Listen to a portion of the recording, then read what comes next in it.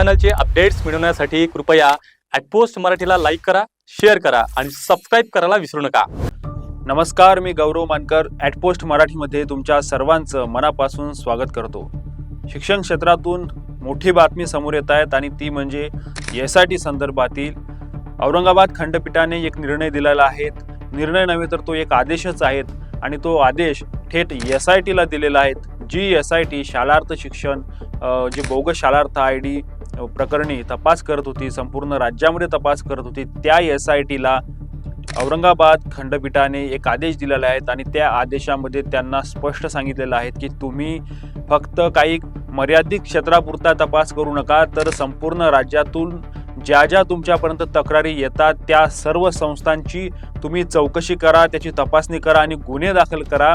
सोबतच ज्या संस्था राजकीय व्यक्तींच्या किंवा VIP लोकांच्या ज्या काही संस्था असतील, ज्या शाळा असतील, अशा शाळा देखील यातून सोडू नका। सर्व शाळांना यामध्ये तुम्ही घ्या आणि त्या सर्व शाळांचा तपास करा, त्यांची चौकशी करा आणि त्यानंतर त्यांच्यावर गुन्हे दाखल करा।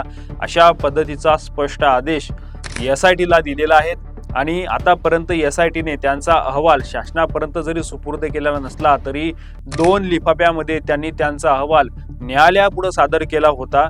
यातील न्यायालयाने एक लिफाफा फोडून त्या संदर्भातील काही गोष्टी वाचल्या, त्यानंतर त्यांनी तो लिफाफा ठेवलेला आहे आणि त्यानंतर त्यांनी सांगितलं की तुम्ही ज्या पद्धतीने तपास करत आहे तो तपास सुरू असू द्या, परंतु आमच्यापर्यंत ज्या काही तक्रारी आहेत किंवा याचिकाकर्त्यांनी ज्या त्यांच्यापर्यंत तक्रारी केलेल्या होत्या की मर्यादित स्वरूपामध्येच फक्त नाशिक किंवा जळगाव किंवा नागपूर अशा सारख्या ठिकाणीच आतापर्यंत कारवाई झालेल्या आहेत, बाकी फक्त तपास सुरू आहेत। त्यामुळं तपास किंवा चौकशीचे असे स्पष्ट आदेश किंवा स्पेसिफिक एखाद्या संस्थेला चौकशीचे आदेश असे देण्यात आलेले नाहीत। जे काही SIT तपास करत आहे तो संपूर्ण राज्याचा ओव्हरऑल तपास करत आहे, त्यामुळे यातून काय निष्पन्न होईल हे माहिती नाही, परंतु ज्या ज्या संस्थांच्या तुमच्यापर्यंत तक्रारी आलेल्या आहेत, अनेक संस्था, अनेक नागरिक, काही सोशल ॲक्टिव्हिस्ट SIT पर्यंत गेले होते आणि त्यांनी विविध संस्थांच्या तक्रारी त्यांच्या समोर मांडलेल्या होत्या आणि त्यांच्यावर कारवाई करण्याची मागणी केली होती, परंतु SIT ने याला कुठलाही प्रतिसाद दिलेला नव्हता। आता त्याच्या विरोधातच काही लोक हे न्यायालयामध्ये गेले होते आणि आता छत्रपती संभाजीनगर म्हणजेच औरंगाबाद खंडपीठाने हा निर्णय दिलेला आहे आणि SIT ला स्पष्ट सांगितले आहे की तुम्ही ज्या ज्या तक्रारी तुमच्यापर्यंत येतात त्या सर्व घ्या आणि SIT ने या सर्व तक्रारींचा पाठपुरावा करत त्याची चौकशी करा आणि गुन्हे दाखल करा असा आदेश दिलेला आहे। सोबतच SIT ने हे देखील म्हटलेलं आहे की संपूर्ण हे जे प्रकरण आहेत आणि शिक्षकांचे जे पगार झालेले आहेत हे सर्व पगार शासनाच्या जनतेच्या पैशातून हे शासन देत असतं आणि त्यामुळं हा जनतेचा पैसा आहे आणि जनतेच्या पैशाचा जर का अपव्यय अशा पद्धतीनं होत असेल तर ते खपवून घेतलं जाणार नाही। त्यामुळं हे सर्व जितका घोटाळा झालेला आहे आणि यामध्ये आतापर्यंत किती शिक्षकांची संपूर्ण राज्यांमध्ये अशा पद्धतीच्या बोगस नियुक्त्या करण्यात आलेल्या आहेत आणि संपूर्ण राज्यामध्ये शासनाला किती मोठ्या प्रमाणावर आर्थिक भूर्दंड बसलेला आहे याची देखील तुम्ही माहिती घ्या आणि ती माहिती सादर करा, त्यानुसार पुढे कारवाई करा असं देखील कोर्टाने SIT ला सांगितलं आहे। त्यामुळे आता SIT समोर देखील मोठे प्रश्न आहेत, कारण SIT ही फक्त 3 सदस्यीय समिती होती आणि त्या 3 सदस्यीय समितीने 2012 नंतर 2 मे 2012 नंतर ज्या ज्या शिक्षक भरती झाल्या जिल्हा परिषदांच्या माध्यमातून किंवा जिल्हा परिषद खाजगी शाळांच्या माध्यमातून ज्या भरत्या झाल्यात, या सर्व भरतींची माहिती प्रत्येक खाजगी शाळांना संस्थांना मागवण्यात आलेली होती। त्याच पद्धतीने त्या सर्वांचे जे नस्ती फाईल असतात त्या देखील मागवण्यात आलेल्या होत्या।